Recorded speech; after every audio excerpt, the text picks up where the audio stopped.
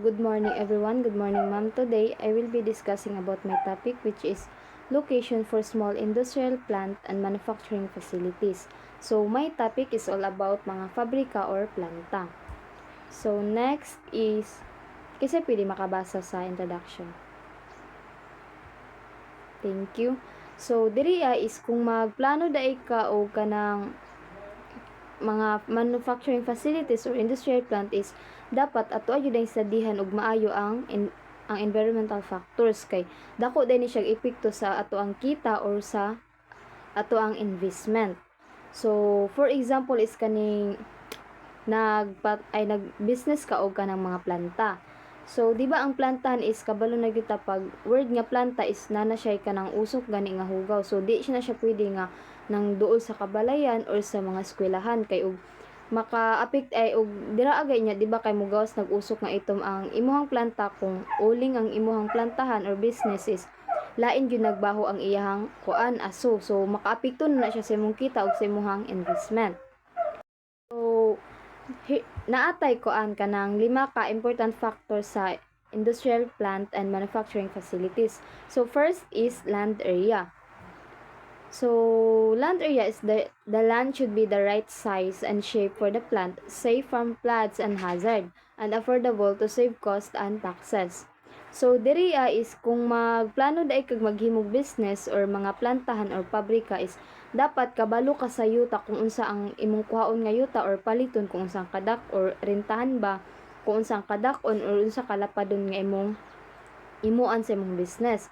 Ug dapat kanang safe siya sa mga baha or mga kalamidad nga maabot or mga kuan ini hazards nga maabot. Ug dapat affordable sa daay siya kung kung mag-rent ka diha is kanang mahal tapos ang imong plantahan is kanang dili ra kayo as in mahal ang imong pagbaligyan na sa ilaha. So pasabot ana is lugi na ka diha nga kuan pa lang nga part kay mas mahal man imong gibayaran nga taxes kaysa sa imong negosyo. Para makasave po kasi mong gastuhonon og pagbayad sa imong taxes. So next is letter B, facilities for expansion. So anyone kinsa pwede makabasa. So thank you. So diriya is kanang dapat i-make sure gyud daw nimo nga naa ka enough nga space para sa kanang parking area sa imong customers. Like for example, di ba kay atong example gaina og ang atong topic is all about planta. Kung sa ato ang plantahan, kung kita mo na plantahan, dapat naa jud tay good enough nga space para sa mga expansion or kanang sa space or parking lot para sa mga customers. Dapat napo daytay kanang space dia para diha nila ipang parking ilang masakyan kay syempre nagid kay once nga kanang nakay business is naman jud kay kanang dako nga kana gani mga bigaton nga mga customers so naman ay mga sakyanan so dapat nagyud kay good nga expansion para sa ilang sakyanan mga parking area. So next is letter C, power and utilities. So reliable power and water supply are crucial and waste disposal should follow environmental rules. So diriya is dapat nagyud kay enough nga kuryente ug tubig ug dapat napo kay labayanan sa imong mga waste disposal. So kay og magplanta man gud ka is dapat need jud ang kuryente ug tubig kay kung wala kay sapat nga kuryente is kung naay mag-deliver sa imo or diha magloading sa imong plantahan so ug wala kay kuryente unsaon nila pag-loading ana imong ulingan nga planta no kay kung wala kay kuryente so dili siya pwede nga kanang nakay isa ka negosyo or business nga walay kuryente. So sa tubig pod is kung kuan man ka nang uling is dapat bason jud nimo ano kay ibulad pa man bago nimo i-export dito ug asa na pud nga laing planta nimo ibaligya. So need siya og tubig para bason. So dapat og kanang mga ulingan imong mga plano nga business or anything nga biskan unsa nga mga business dapat nadyo kay good nga power and utilities or mga kuryente or tubig. Next is letter D, building and other utilities. So dapat is ang kaning like mga building dili naman gyud ingon nga ang atong business is about plantahan lang or mga kuan biskan unsa nga mga business pwede pud kaning building. So kung magkuan day kag building dapat naa siya kanang duol siya sa mga cities ug nakasunod siya sa kuan sa city regulation. Ug dapat kana imong ginabuhatan nga mga business or kaning masking building man lang kay syempre ug nakay building di ba nakay mga employee so dapat naa kay kanang mga facilities ana or naa kay i-expansion ana nga like for example canteens ilang mga kan-anan sa imong empleyado og dapat safety pud siya no kanang na siya mga fire safety sign. For example, is kaning mga fire extinguisher, mga emergency kit, mga ingana. So, next is plant site and accessibility. The plant should be easy to get to near public transport and highways to reduce transport time and cost. So, diriya is dapat kung magplano kag plantahan, dapat di ra pud kasi duol or sudlunon jud kaayo ang imong planta. Kay para mas maka-save gani og kanang time or kanang gastuhonon ang imong mga empleyado or imuhang trabahante.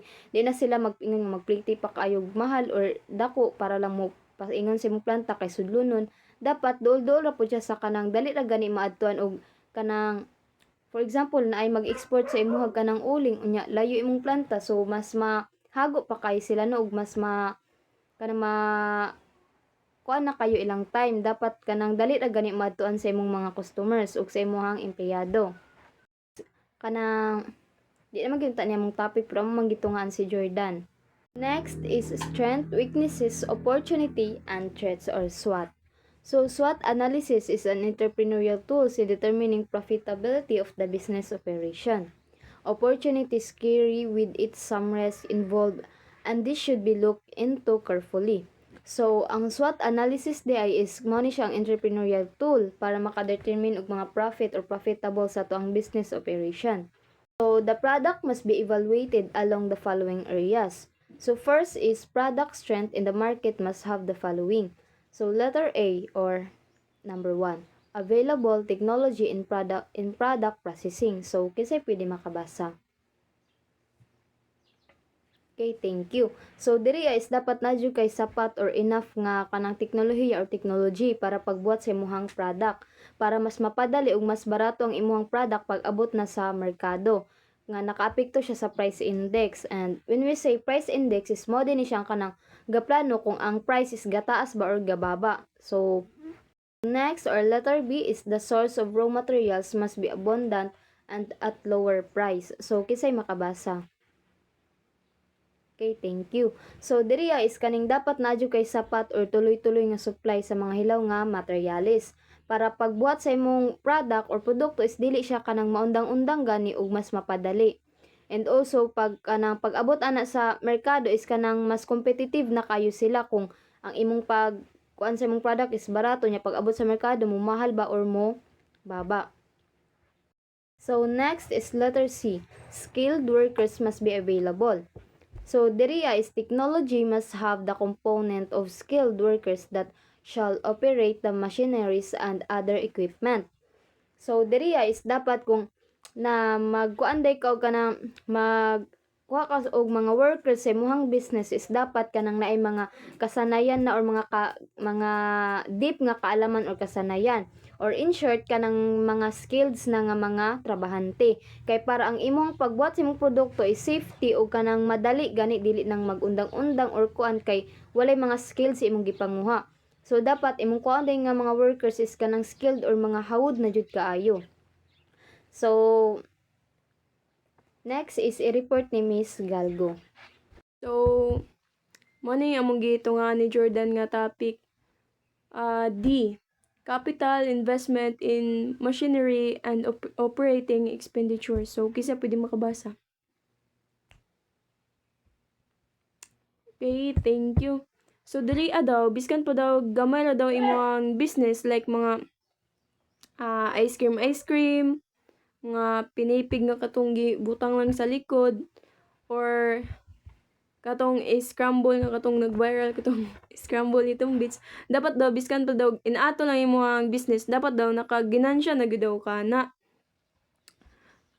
sa mga ano pa lang daw mga utensils pa lang daw or mga equipment ana biskan pa daw nagpait kay na ng mga gagmay dapat daw naka profit na daw ka ana. Next is letter E, expertise and last is letter E, expertise and technical skills of the management team. So, a good product, the making of well-conceived idea of the management team. So kung ikaw bossing na ka sa imong sa imong business, tay ako ang owner sa Pandipani nga bakery. Dapat ako nga as a owner kabalo ko on how on bake, kabalo ko unsaon pag masamasag ka ng mga harina diha, kabalo ko unsaon pagbaligya. Kay para ma-adapt pud sa imong mga team og kining dali ra ka makakuha og mga empleyado nga skills pud sila og napud sa skills og skilled gud sila. And then kung ikaw nakay knowledge about ana nga business, possible gyud nga mas mo boom gyud imo ang business ana kay na naman kay knowledge daan. So imo nang i-apply ug i-share pud sa uban kay para pod mo boom ang business ug napud kay matabangan nga tao. So mao na to guys, thank you kay sa inyong pagpaminaw ug unta namin nasabtan and God bless. So mao ra to guys, didha ra na tama ay kutob ug tama ang ako ang topic.